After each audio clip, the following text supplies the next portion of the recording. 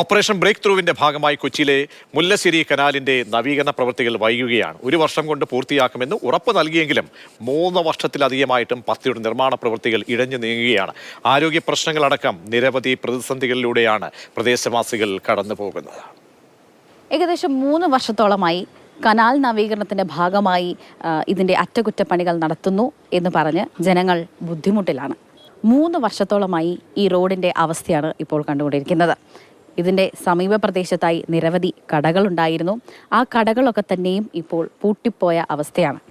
മറ്റ് ആളുകളൊന്നും വരുന്നില്ല, അവരുടെ കച്ചവടം കുറയുന്നു. സമീപത്തുള്ള ഹോട്ടലുകളിൽ പോലും ഇപ്പോൾ വളരെ ചുരുക്കം ആളുകൾ മാത്രമേ അവിടെ ഭക്ഷണം കഴിക്കാൻ വരുന്നുള്ളൂ എന്നൊരു പരാതിയുമുണ്ട്. ഈ കനാൽ വികസനത്തിന്റെ ഭാഗമായി വീടിന്റെ മതിലുകളൊക്കെ തന്നെയും പൊളിച്ചിട്ട ഒരവസ്ഥയാണ്. ഈ നിർമ്മാണത്തിൽ അടിമുടി അപാകതകളുണ്ട് എന്നാണ് ഇവിടുത്തെ പ്രദേശവാസികളടക്കം ആരോപിക്കുന്നത്. ഒരു ആശുപത്രിയിൽ ഒരു പേഷ്യന്റിനെ കൊണ്ടുപോകണമെങ്കിലോ അല്ലെങ്കിൽ പെട്ടെന്നൊരു എമർജൻസി ഒരു ആംബുലൻസ് ഇവിടെ കൊണ്ടുവരണമെങ്കിലോ ഒരു ഓട്ടോ വിളിച്ച് വരണമെങ്കിലോ ഒന്നും മോട്ടോർഷക്കാരൊന്നും ഇങ്ങോട്ട് വരില്ല. ഈ രണ്ട് ലെവലിലാണ് റോഡും ഈ കനാലും.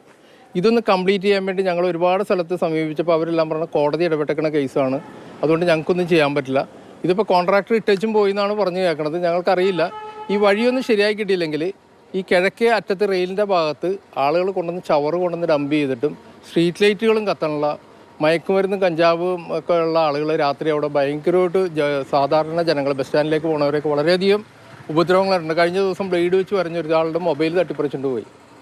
ഇവിടെ നിന്ന് വെറും 150-200 മീറ്റർ മാത്രം മെട്രോ സ്റ്റേഷനും KSRTC ബസ് സ്റ്റാൻഡും ഒക്കെ ഉള്ള ഈ സിറ്റിയുടെ നഗരഭാഗത്താണ് ഞങ്ങൾ ഈ ഇത്രയും ബുദ്ധിമുട്ട് അനുഭവിക്കുന്നത്. ഒരടിയും കൂടി പൊക്കിയാണ് ഈ സ്ലാബ് വാർത്തിരുന്നെങ്കിൽ ഈ മാനുവളൊന്നും ഇങ്ങനെ പെട്ടി പോലെ പൊങ്ങി നിൽക്കില്ലായിരുന്നു.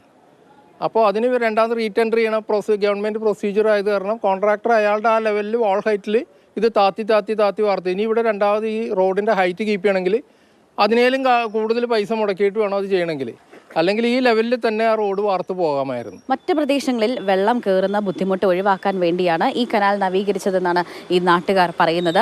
ഇപ്പോൾ തന്നെ നിങ്ങൾക്ക് ഈ റോഡ് കണ്ടാൽ മനസ്സിലാക്കാൻ സാധിക്കും, ഈ വണ്ടികളൊക്കെ തന്നെയും കടന്നു പോകാൻ വയ്യാത്തൊരവസ്ഥയാണ്. കഴിഞ്ഞ ദിവസം അടക്കം നിരവധി അപകടങ്ങൾ ഈ സ്ഥലത്ത് ഉണ്ടായിട്ടുണ്ട് എന്ന കാര്യം കൂടി ഇവിടുത്തെ പ്രദേശവാസികൾ പറയുന്നു. ഇപ്പോൾ കണ്ട ആ റോഡിന്റെ ഏറ്റവും അറ്റത്തുള്ള ഒരു ഭാഗമാണിത്. ഈ അറ്റകുറ്റപ്പണികൾക്കായി ഉപയോഗിച്ചിരുന്ന ഈ സിമന്റ് തുടങ്ങിയ സാധനങ്ങളിൽ പൊളിച്ചിട്ട സാധനങ്ങളെല്ലാം കൊണ്ട് ഇവിടെ കൊണ്ടുവന്ന് അവർ നിക്ഷേപിക്കാൻ തുടങ്ങി. രാത്രി കാലങ്ങളിലടക്കം ഇതിലൂടെ നടക്കാൻ സാധിക്കുന്നില്ല എന്നാണ് ഇവിടുത്തെ പ്രദേശവാസികളും അതുപോലെ തന്നെ മറ്റ് വഴിയാത്രക്കാരും പറയുന്നത്. റെയിൽവേ സ്റ്റേഷനിൽ നടക്കാനുള്ള ആൾക്കാർ നടന്നു പോകാൻ വേണ്ടി ഇവിടെ വെച്ച് പിടിച്ചു പറിക്കാനുള്ള ബഹളമാണ്.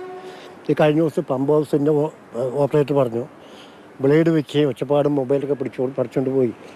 ഒരു ലൈറ്റ് പോലും ഈ ഏരിയ കത്തുന്നില്ല. ഇതിനൊരു ശാശ്വത പരിഹാരം വേണമെന്നാണ് അവർ പറയുന്നത്. അല്ലാത്ത പക്ഷം സമരവുമായി മുന്നോട്ട് പോകാൻ തന്നെയാണ് ഇവർ തീരുമാനിച്ചിരിക്കുന്നത്.